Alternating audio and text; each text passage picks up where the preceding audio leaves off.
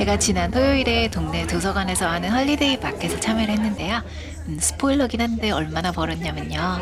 택시값에 그날 마신 커피 그리고 먹은 크라상 제외하고 금액상으로는 한 200불 정도 벌었어요.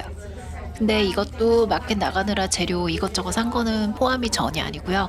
이거에 제 인건비까지 따지면 분명히 마이너스라서 마음 아파서 진짜 못 따지겠어요.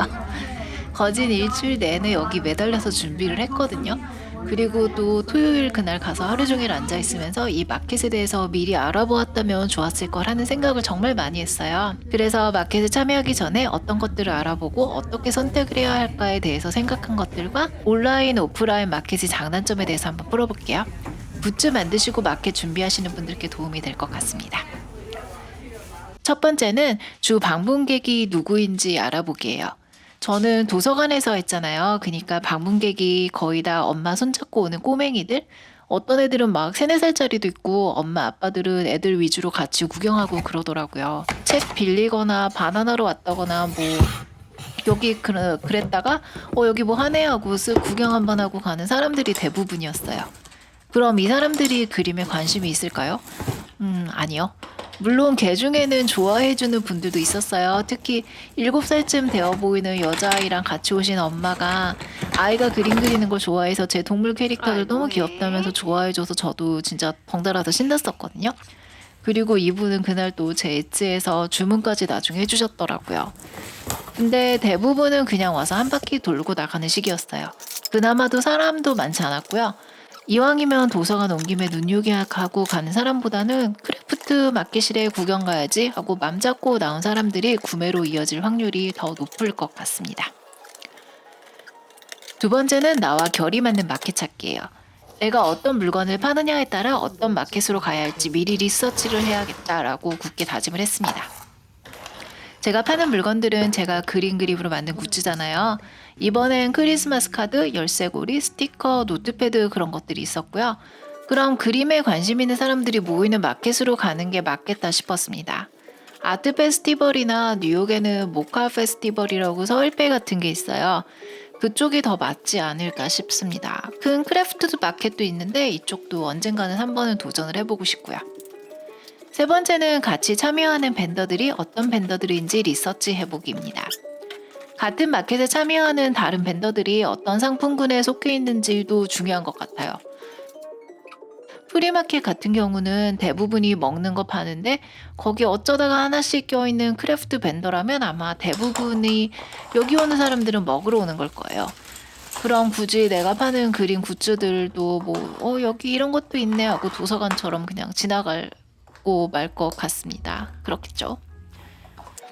네 번째는 지난 페어 참가자나 이미지 찾아보기예요.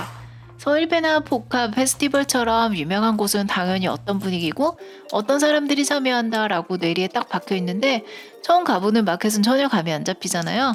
그런 경우에는 지난 페어 때엔 어떤 참가자들이 있었는지, 그 사람들이 파는 품목은 뭔지, 사진들이 있다면 사진 보고 미리 어떤 분위기인지 파악해보기, 아니면 나랑 결이 비슷한 참가자가 있다면 컨택해서 물어보기 같은 것들을 미리 해보면 좋을 것 같다는 생각을 해봤습니다. 이번에 제가 참여한 페어 경우에는 정말 이 잡듯이 제가 뒤졌었거든요. 어땠는지 궁금해서. 근데 아무것도 안 나오는 거예요. 그래서 이번이 처음인가 보다 했는데 그날 페어하는 날 방문했던 분들 중에서 지난번 코미콘 때 만났던 분이 또 오셨길래 잠깐 대화를 했었는데요. 이분이 작년 헐리데이 페어에 참여를 하셨었다고 하네요. 그러니까 보면 그냥 이 도서관에서 하는 페어는 굳이 이쪽으로는 자료를 남기지 않는구나. 그러니까 이쪽으로는 그닥 그렇게 주력하는 데가 아니다. 그냥 깜짝 이벤트 뭐 그 정도구나 싶었어요. 그러면 온라인과 오프라인 마켓의 장단점은 뭐가 있을까요? 저는 온라인은 엣지에서 주로 지금 판매를 하고 있거든요. 오프라인은 지금까지 이제 딱 2번 경험이 있는데요. 온라인의 장점은 우선 부대 비용과 시간 소모가 적다는 거예요. 오프라인은 한번 나가려면 준비해야 될 것이 정말 많더라고요. 디스플레이서부터 심지어 테이블 덮을 천, 오프라인이라면 필요 없을 포장재, 쇼핑백 그런 거 있잖아요. 그런 것까지 다 한꺼번에 구입을 해야 돼서 처음에는 좀 부담스러웠어요. 당연히 디스플레이 용품 같은 거는 앞으로 마켓에 계속 나간다면 쭉 사용할 것이긴 하지만 그래도 한 번에 돈이 쓱 나가니까 좀 그렇더라고요. 그리고 하루 종일 또 가서 자리를 지키고 앉아 있어야 되잖아요. 온라인은 그냥 주문 들어오면 포장해서 보내면 되는 반면에 오프라인은 하루 종일 거기 가서 있어야 하니까 시간적인 소모도 좀 있는 것 같아요. 대신 오프라인 마켓의 최대 장점은 내 물건을 구매하는 고객들과 직접적으로 소통을 할 수 있다는 건데요. 어떤 디자인이 더 인기가 많은지, 이 물건을 집었을 때 반응이 어떤지, 그리고 그림에 대해서도 직접 얘기할 수 있고요. 이거는 오프라인에서 아무리 리뷰를 받는다고 해도 직접적으로 내가 눈으로 보는 것과 너무 다르죠.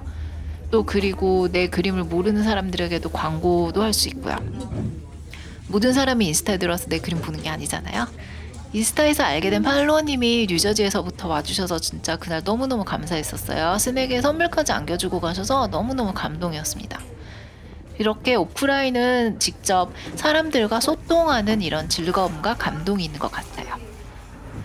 어쨌든 저는 마켓에 참여하는 거를 좀 좋아하는 편인 것 같아요. 뭔가 제 피에 장사꾼이 피가 흐르는 건지 뭐 아무튼 저는 굉장히 팔고 사람들하고 얘기하고 그러는 게 재밌었어요. 직접 소통할 수도 있고 다른 벤더들과 정보도 주고받고 그런 게 너무 재밌거든요. 대신 앞으로는 마켓에 나갈 때 좀 알아보고 골라서 참여해야겠다는 생각도 해보았습니다. 그리고 그러려면 제 샵에 파는 물건 종류도 다양하고 그리고 좀 더 퀄리티도 높고 그렇게 키워야 한다는 목표도 생겼고요. 그럼 오늘 영상도 봐주셔서 감사하고요. 저는 다음 영상에서 다시 뵙겠습니다.